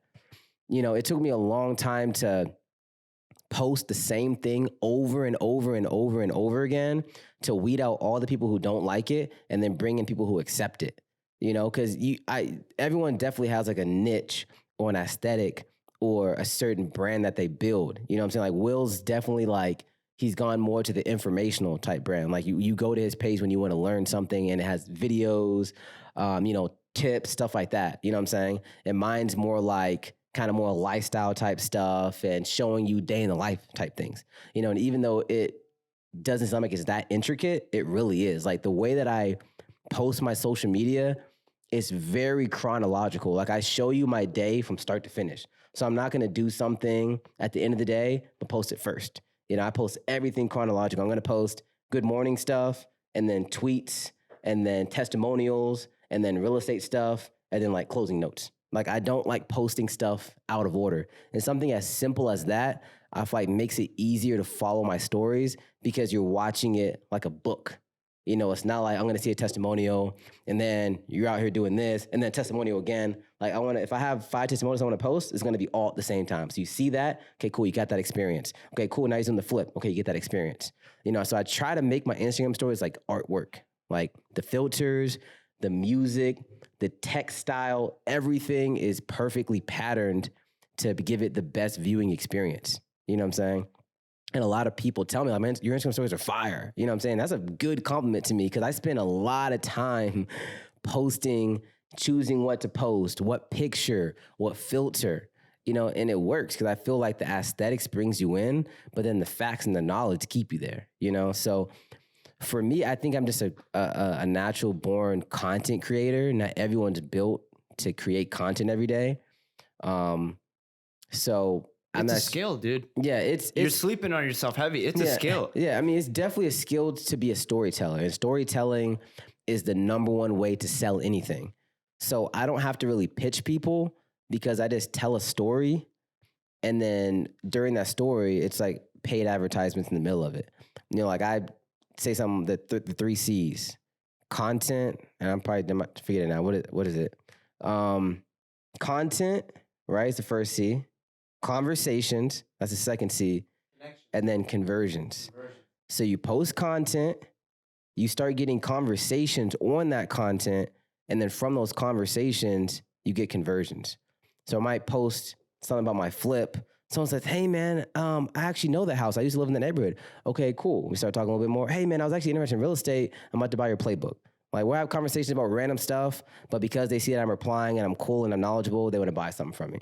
You know, so I'm like, how can I start those conversations if I don't have a lot of content? If I don't have a lot of content and conversations, how can I ever get conversions? So for me, I'm just like post. I just spam, bro. Anything that I think of that I think is cool, could help somebody, just post it, bro. I have nothing to lose. And like like that posting and stuff like that, it helped me a lot. You know, right now I'm lacking. Like just hearing you guys talking about this, I'm like, damn, I'm lacking, right? But when I was posting every single day, like results and like me buying shoes and me buying fans and whatever, shipping something, I could just post 3 boxes going out. People would swipe up and they'd be like, damn, like you're always at the post office. I'm like, yeah, bro, blah, blah, blah. And then, you know, those conversations will lead into, I want to do this too. How can I do it? And I'm like, well, these are what you can buy, blah, blah, blah. And now that I haven't been posting that much, I see that I'm not getting as much conversations as I used to, and I'm not converting as much as I used to. So like I just learned some shit that just like, bro, like a light bulb. I got a really good question for all 3 of you guys. Being the Holy Trinity, you know, in God we trust. I feel like we're an Exodia piece right here, bro, on the same room. Do you guys ever, you know, I don't even want to ask it this way because I know it happens. Does it ever get annoying when people approach you guys and they think they know you because of your social media platform? Yeah, I mean, have you ever had that happen? People don't really. I haven't really had a lot of negative experiences in social media. Like I haven't had a lot of haters or a lot of people thinking they know me. So I'd love to like, hey, say fuck you guys, but honestly, everyone's been cool so far. So everyone I've met through social media, they've been cool. They're pretty like inviteful. Yeah, but do you ever feel like people think that they know who you are, or they know how you work, or like, oh, I could do real estate too? But like, does that ever get annoying? Like, do you ever get e-commerce people come up to you and they're like trying to talk e-commerce, and then it's just kind of like, okay, like clearly like this person follows me, they keep up with me, but you don't know me. You don't know, you know what I mean? You don't know the game plan. Do you guys ever have that happen? Not really. I mean, not really. I get DMs like. The thing is, like, the people that be DMing me and I'm just like, or that piss me off, or like they just say some like weird shit, those people like aren't like my target audience, or like they'll never buy from me. So I really don't care like about them. Bro, I've had people like DM me like, yo, you're a scammer. You're just teaching people what they can find out on YouTube. And I'm like, so if you can find it on YouTube, why the fuck aren't you doing it? Like, that's the most common I'd probably say one. that's more. I mean, I don't really get called a scammer, but I've been getting it lately because of Twitter, bro. Twitter's a whole different beast. Twitter's a people fucking on Twitter troll. are different, bro. Twitter don't care. Like Dude, Twitter is savages, but you'll get picked to pieces on Twitter. Yeah. I'll tweet. I forgot what I tweeted. I talked about how I bought something and then I sold it for this amount, and they were like saying like some price gouge or yeah, they something? were like, I forgot what they said. They were like, anybody could do this. And congrats on your $25 profit. And I was like, fuck you. I was like, bro. That's crazy. I was like, if anyone could do it, then they would be doing it, but they're not. So I'm trying to put them on. And then we got like an argument. And I had time that day. I was just cooling. So I was like, fuck it. I'm a troll. I literally Yeah, just trying. recorded a YouTube video like because of shit like that, and to like give a lot of value on like personal branding. But like in the intro of this new video that's coming out probably this week, the whole video is about how I made 200K profit off my personal brand. So like off my courses and stuff. And like I say in the intro of the video, I'm like, you know, one of the questions I get a lot is like, yo, if you make so much money from e-commerce, like why do you sell a course? And like the whole video is literally how I scaled my course and how much profit I made. And in the beginning, I'm like, yeah, I get this question a lot. And the reason why is because like, read the fucking title of the video, bro. I made 220K net profit selling this bitch. Yeah, people are like, if you make money, why would you want to make more money? Like, are you why wouldn't I sell a course? It doesn't matter if you make $1 million, $2 million a year, an extra 200 cash, you know, 200K cash isn't gonna hurt you. Like it's only gonna help you. And that's the crazy thing, bro. Like we made courses great again, bro. Like when I came up on like virtual products, it was all e-commerce dudes, bro. Like the Hayden Bowles and all those guys selling like $1,000 pre-built stores, and people hated that stuff because it was like literally YouTube, you know, YouTubeable stuff. You know what I'm saying? And to the extent, a lot of stuff is YouTubeable, but I do think that taking all the information that's good from the bad and putting it into a concise package is worth paying for. Anyways, even if it is YouTubeable, it avoids the fuck up too. Yeah, like, bro, I don't want the reason like I'm making the reason I'm making this course is so you don't lose money from what I did. I'm not gonna show you what I messed up on. I'm gonna show you what to do so you don't have to avoid what worked. Yeah, this problem and stuff like that. Like I still like people think like, oh, he only sells courses, and like I still buy courses too. You feel me? Like if there's something that I want to learn, I'll buy the course. Even if I know the information's on YouTube, I'm buying the course because it's a blueprint from someone I know that's doing it. And second, like I would rather hear it from this person than some dude on YouTube. And like a lot of people think that way too. Like if you see someone doing something that you want to do and they're exchanging, like there's nothing wrong with exchanging value and then making cash on that transaction if the other person is benefiting from that. Nothing wrong with that. Product. Like this quarantine, for example, like when COVID started, I wanted to learn stocks. I watched a little bit of YouTube, but like I bought a course, you know what I mean? And like that course helped because I didn't have to watch 20 other videos on such and such. But, you know, because I bought a course, it took all the information into one. And then this particular person gave his strategies for what works for him. And then he was just like, you know, this is going to work for you too if you just do this and this. So I was like, all right, bet. And because I took that course, I learned and I made money from it too. Like I made what I invested in the course back, you know, within a certain amount of time. And I was like, bet. Like I think within the next 5 years, like courses are going to be huge. I feel like it's going to, I got to find this tweet, bro, because I know it's going to happen. And I think it's already starting with Google, but I feel like instead of like college, what's going to happen is certain people are going to create online education, and that's going to be like maybe federally approved. It's going to, because obviously you can't just make a course and take any random course and say, hey, I did it. I feel like there's going to be courses that are federally approved. And then once people take those courses, it's going to be considered, you know, credits or something like that. I mean, it's already happening in front of our eyes. Like, dude, literally. if you guys had federally approved courses. Yeah, I feel like stuff, you know, it's obviously going to be on stuff that they deem is important or whatever. Google's done it to an extent. Yeah, they created something like that, right? So like Google created a course. So did Amazon. Yeah, Amazon has one too, but I think Google created a course that's $200. And if you pay the $200 and take the course and complete it, whenever you apply for a job for Google, they view that course completion certificate the same as they would view a Harvard degree.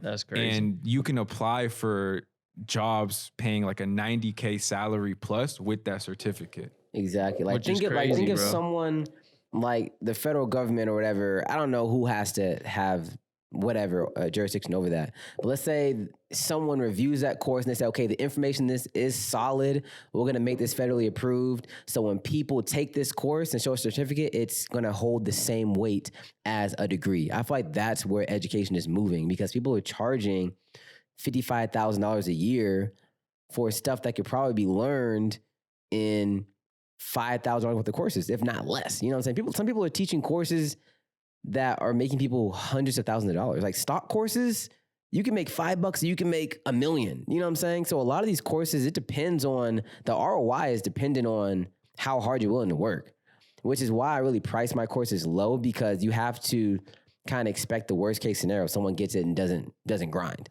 But a lot of our courses are worth $1,000+. People are making more than $1,000 a week. Bro, I just met up with somebody. He just turned 18, right? I met up with him, I bought something off of him, and I was like, yo, so how do you like the course? Every time I meet up with a student, I always want to get their opinion, because some people always they all have different opinions, what needs to improve, or they like this, what they don't like. So I asked this kid, I was like, yo, so how's the course going for you? He was like, sheesh, well, I've only been here for 2 months, bro. I've already made $400 my first month, and since you're buying this shit off me, I'm making an extra $600, right? So I was like, damn. You know, it made me think. I was like, okay, this kid's only been in my course for 2 months. He made $400 his first month. He only paid $100 for the course. So that's $300 profit right there. And then this month he's already at $600. Bro, it's only 15 days into the month. And that made me, I was driving here. I was like, damn, like this kid's only 18. And that just kept going through my head. I'm like, yo, like imagine in a few years, like what he's going to be doing, stuff like that. It's just shocking with courses. Yeah, and the ROI is just insane. I mean, what other avenue can you spend $100 and make 300% ROI in 30 days?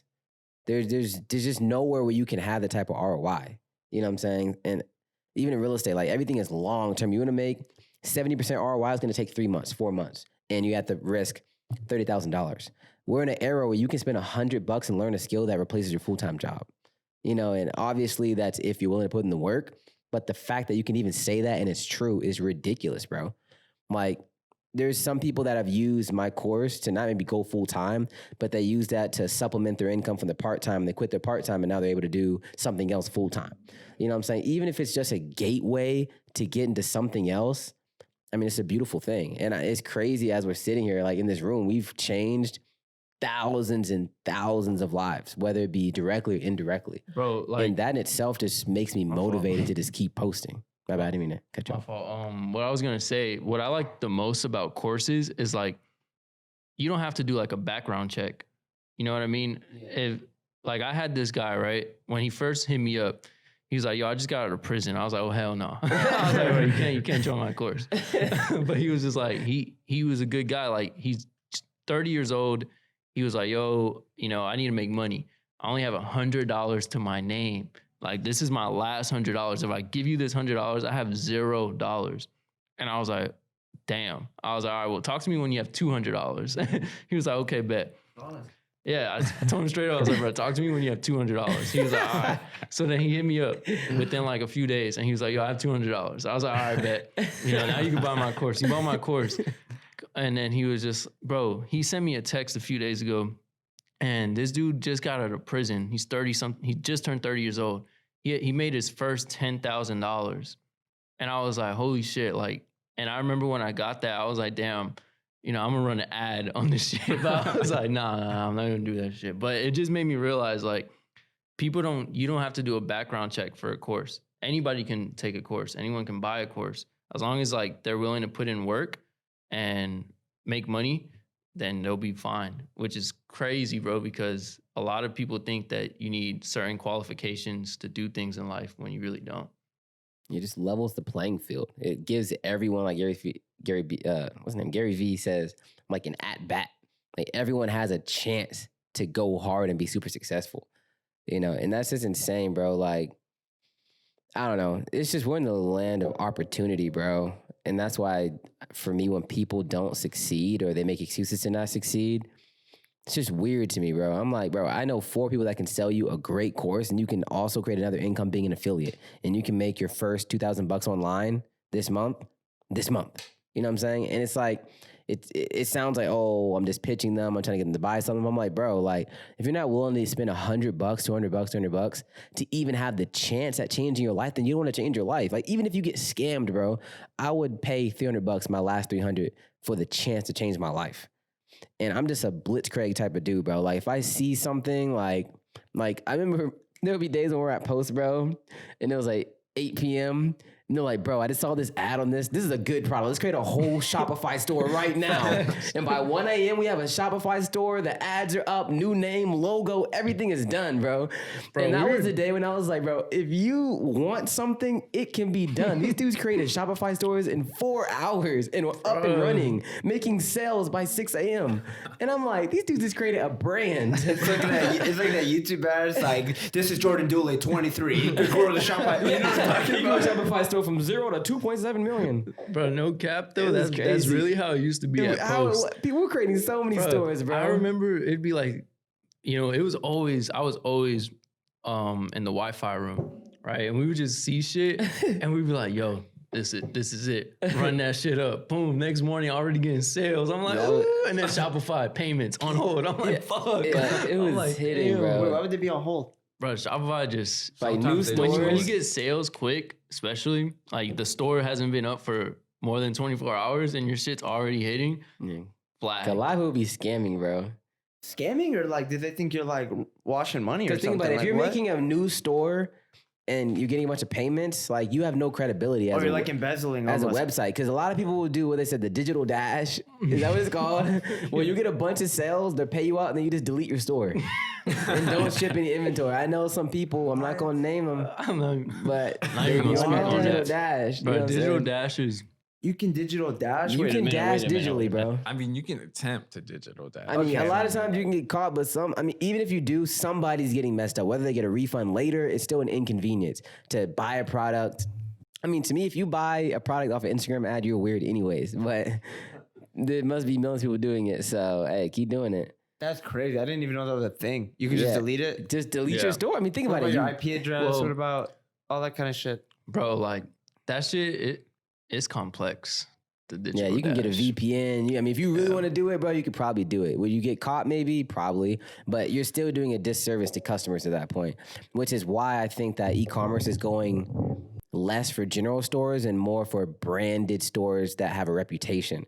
People are now noticing what a Shopify theme looks like. They're noticing what a lame ad looks like. They're noticing what Alibaba and stuff like that is, because e-commerce has grown so much that people are smart enough to know when they might get digital dash. So now they want to buy something from someone that they trust, someone who has, a history, a track record. Someone like Will.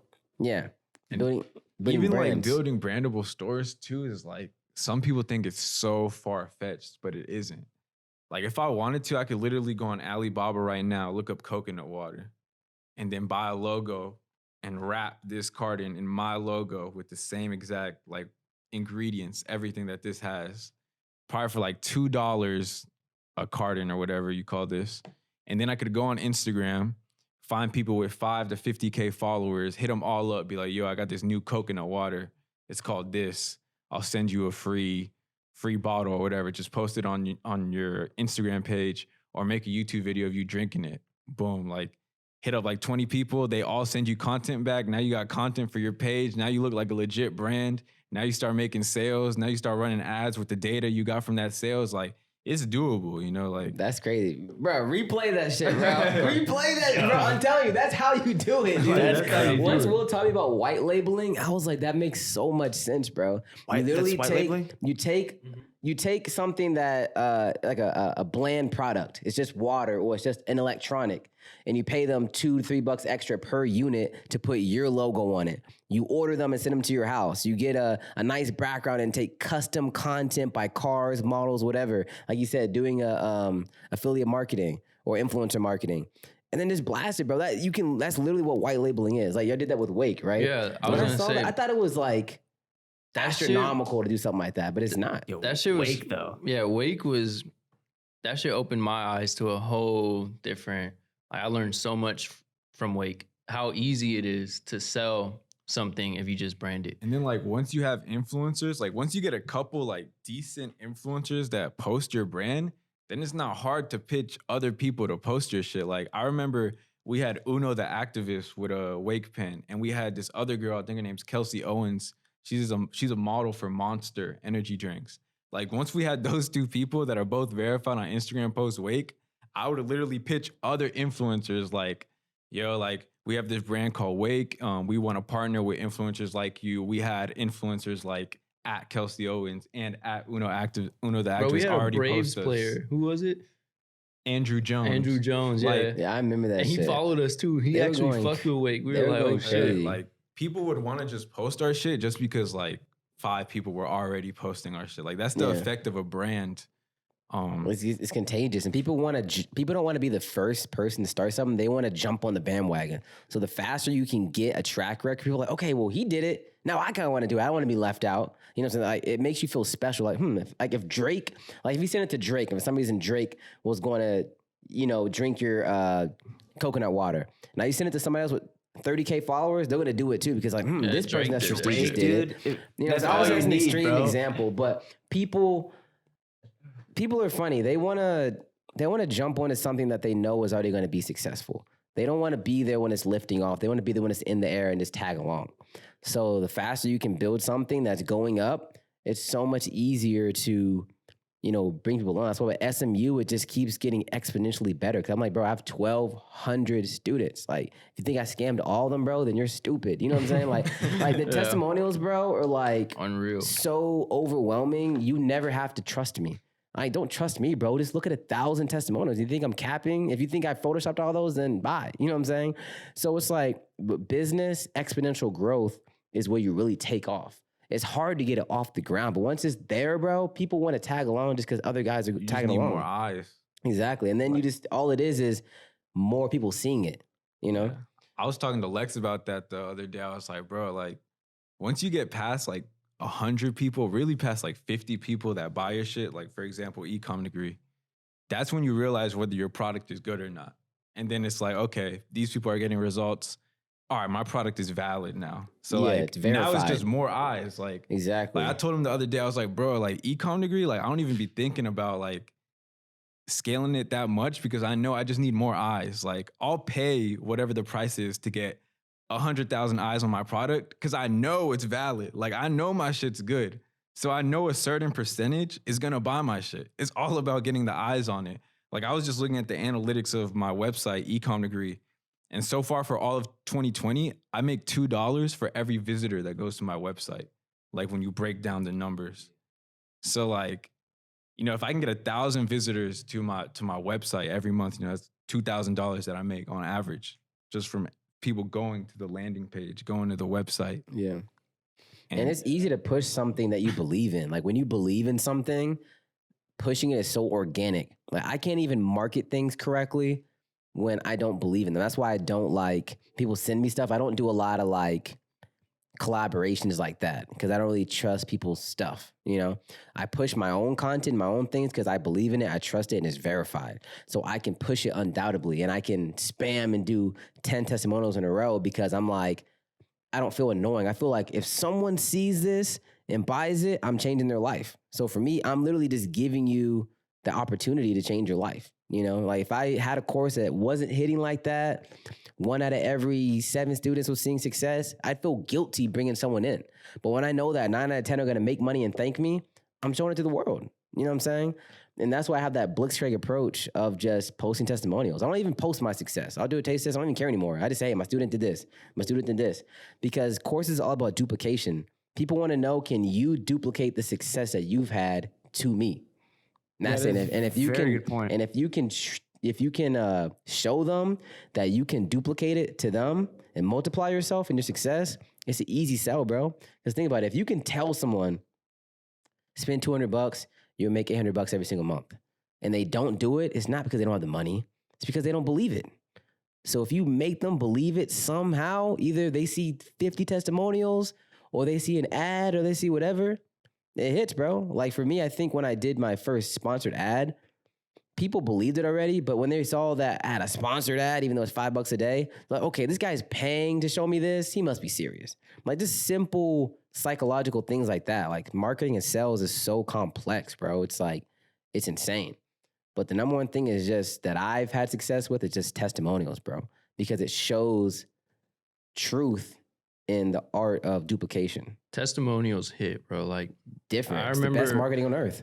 like what Will said, he was like, if you could just get 50 people. I remember the first student I got, his name is Sean. You guys all know Sean. He joined my course. He came from Will and Dooley. This kid, he got a shoe. It was some Air Force One, and he bought it for $100. It's worth today like $2,300. That was his first, successful cook. And when he did that, I was like, "Oh hell yeah!" posted that shit on Instagram. You get excited too. Bro, Like, I we're was making like, money. "Hell yeah!" As soon as I posted that, people were like, "Bet, bought my course." Because if he can do it, right, everyone else can do it too. Obviously, not everyone else is gonna be 100% successful, but they'll be successful on something else along the way. So when testimonials come out, it's like, bet I know all these people are doing this, and I know you can too. So then you just put those out, and other people follow. They just come in. Yeah, people want to like.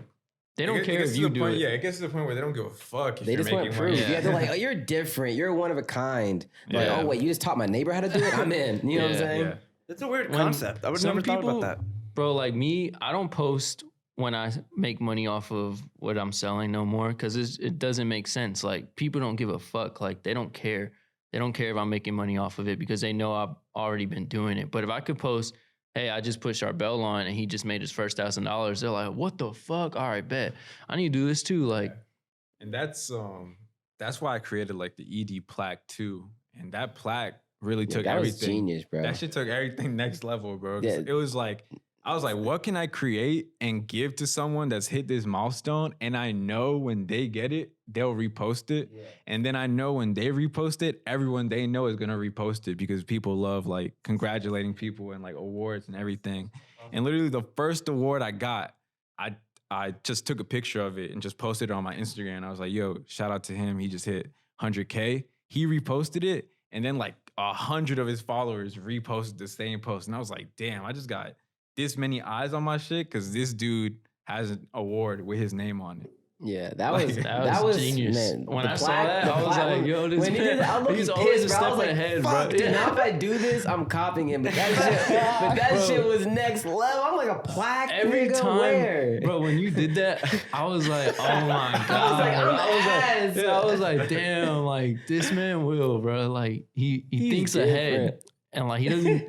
And I remember when I did something like that, it was like something small. Like I remember I have a Discord chat, so I wanted people to become like top earners in my group. So if they became a top earner, like they had access to an exclusive chat where I like give them exclusive information early, right?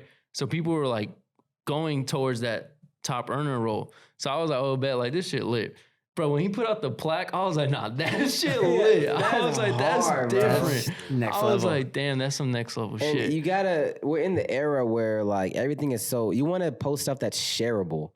Like you want to post stuff where people are going to want to spread it around. And right now, like young and especially like minority success, like the whole, pro-black movement is definitely in right now. You know what I'm saying? Like people love the act of people becoming, self-made. You know what I'm saying? And that's a perfect example of how he's using that to his advantage. You know what I'm saying? Like that plaque is just so shareable. You know what I'm saying? It's a plaque with my name on it saying I made 100 bands. It's so like, yo, me post this. And everyone's like, yo, this is dope. You know what I'm saying? And I know that you get an ROI every single time that happens, So it's just a interesting, no-brainer, bro. Like It every is time a no-brainer. every time someone, like for people that don't know, it's like $100 for each plaque.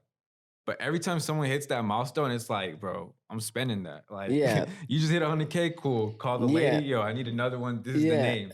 Change the name. She's probably like, who the fuck is this guy? Yeah, they're like, dang, you're breeding 100,000-aires. That's just insane. I mean, bro, you guys made me believe in courses straight up. Like, because it's hard. It's hard when you see an ad and then you're like, okay, but who the fuck are these people? But then when you meet people like you guys, and then it's like, continues. And then the numbers grow, you're like, okay, bet. Like, there's people out here. I mean, let's be real. It's hard to scam. You got to put effort in. So why aren't you fucking just putting the effort in and making real money? That's what I don't get. I'm like, why don't you just not scam? Like, you're doing all this stuff to, make sure you don't get caught in this. I'm like, just create an actual good product, because a good product is so organic, bro. Like, word of mouth is the number one selling thing for my course, And it's crazy because the group chat is literally easily worth $100K. I'm sure for you guys as well. Like, there's the course, right, where you make money, whatever, but then the community of people who are on a chat making money together. Like, some people say, like, we have like an SMU family. Like, people are like going to studies together. There was this one was like, yo, I have a gaming study for 150. Everyone put your name down. And like, it's contagious. It's crazy. And I think, when I see people that don't have a group chat with their course, like, you're dropping the ball. It's such an easy, free way to not only have access to testimonials and promote that kind of activity, but you're creating a whole atmosphere where people can talk to each other, mingle, create new friends. And it's just crazy how, like, influential a group chat on Telegram or Discord can be. It's like simple things like that for your brand that can take it like next level. You know what I'm saying? So for me, ads, I'm not too worried about them because you can run an ad any day. But being a person who's brandable and has a good reputation and track record and good, communication with people that follow you, that's like once in a lifetime. You know what I'm saying? Because when you have people that don't vouch for you, bro, you never have to talk good about yourself ever again. Because if someone called me a scammer now, they could not. I'd have 500 people willing to vouch for me. You know what I'm saying? But when you're in a position where no one really knows you and you're whatever, and you're trying to sell people that don't know you, it's so much harder because not only do they have to believe in what you're selling, but they have to believe in you. Once they have the trust of you as a brand, as a person, then their only decision making is, do I want to buy this course or not? So sales is just breaking down people's barriers. And my way around that was like, let me just become such a nice, open, communicative person and brand that you already like me. So now your only suggestion or your only last obstacle is, do you have the money and do you have the time to invest in purchasing XYZ, And so it's interesting to seeing how we all like choreograph our brands and how we treat it. And even though they're different, they're all successful, Building a personal brand is like, that's been my job. I made more money in being a personal brand than in real estate, which is insane. So it's like, we live in a world where you can literally get paid teaching people how to get paid. Like, that's what why a time. in that video. Tell us about the video. It's coming out today. Coming out like in 2 days, either tomorrow or the day after. But it's on personal branding. Like, I basically highlight how I did it, but I also talk about how I feel like it's important for everyone to start building a personal brand, especially like within the next 5 years, because now it's becoming like it opens so many doors for you. And it's not that hard to monetize a brand because everyone has a skill that they can share with people, or everyone has like some type of value that they can give. And if you don't, you can go learn something and then provide that skill or service to people. Like, for example, Joe Rogan, like, he just closed a deal with Spotify and it's his personal brand. Like, they closed the deal on his name, like his podcast, and it's just him interviewing people, But they're renting it. It's a licensing deal. So he still owns everything. Wow. And he just made like $100 million. And that's up front, bro. He's probably gonna do like 250 with the back end and all the. And that's all personal branding. Like, he just put himself out there. Yeah, that's the guy. It allows you to expand. Like, for me, I didn't want to box myself in ever.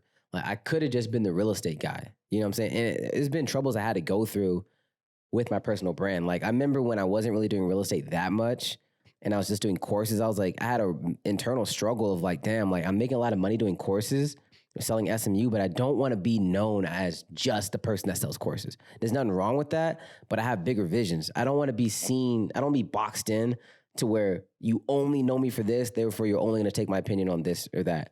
You know what I'm saying? And then there was a thing where I started my real estate company, Diamond Home Acquisitions, and, we're making money wholesaling. Now I was posting real estate stuff, which wholesaling is very profitable, but it takes longer to get checks. It may take 2 weeks to get a check.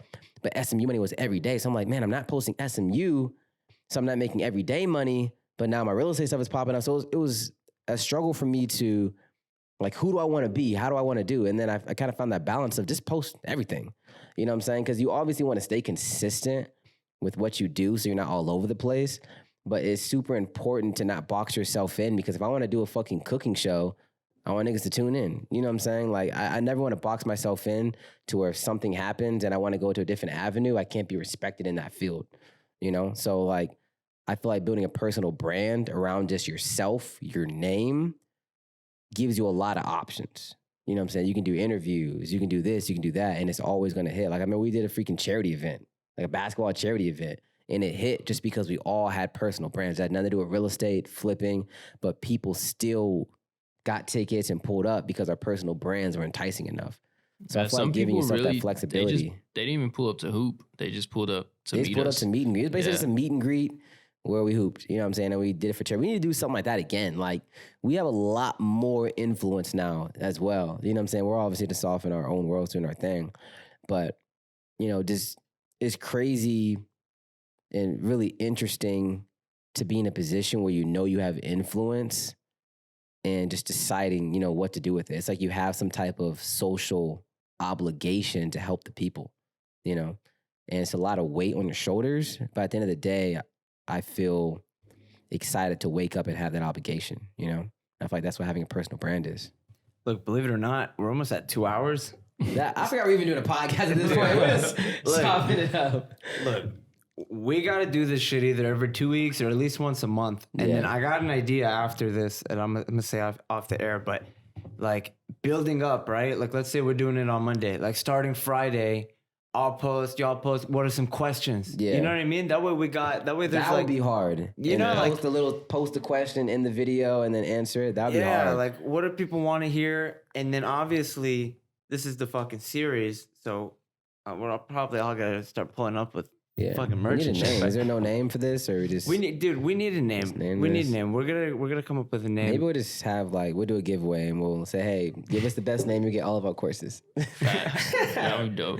I love using my course as currency. That's fine, bro. It's the cheapest way to do anything, bro. No cap. That's how like I do deals with certain people. I'm like, all right, bet you want how much for this, and then they'll be like, all right, how about I just give you my course? They're like, all right, bet. Free shoe. I'm like, bet. Yeah, it's crazy. Yeah, I feel like people really enjoy seeing the back end because, I mean, to be honest with you, like I fuck with you three because when I was first starting the podcast, you know, y'all didn't know me, but you guys gave me a chance to meet up and talk, and I fuck with you guys for that. So it's nice to just have all of y'all in the same room because I've talked to you multiple times and you, but I've never seen y'all together. And then the energy is sick, and I feel like people can tell. Like, people can tell when it's bullshit. Yeah. It's not like we just know each other on social media. Yeah, we got lit. Like, we're real deal tight. Yeah. So I'm glad we're able to start this shit. This shit's gonna take the fuck off. This is gonna be a series. But yeah, I guess we can always shoot for 2 hours too. Whatever the fuck. We'll just come up with shit along the way. But that and... Actually, fuck it. We'll talk about it off there. But anyway, anything else you guys want to say? I guess we'll just drop our handles and do an outro or whatever, you know. All right, bet. Yeah, I appreciate everybody tuning into the podcast. If you made it this far, shout out to you. Go ahead and follow me on Instagram at LEXMNTYA. And yeah, you can follow me on Instagram too. Appreciate y'all for tuning in. 2 hour podcast. I doubt all of y'all made it, but shit, if you still here, you're a real one. But yeah, my IG's at William_Rivera. Twitter is at @TheWillRivera. If you guys have any e-commerce, marketing, or you just want to chop it up, my DMs are always open. Yeah, man. Agent Dooley here, man. Appreciate y'all showing love to my boy Charbel. That's how you saying that right. Charbel, man. And all my boys, Lex and Will. Hope you guys enjoyed our commentary. Man, it's like therapy for me. Just coming out here talking, chopping it up. Man, I learned a lot of stuff talking to my own friends.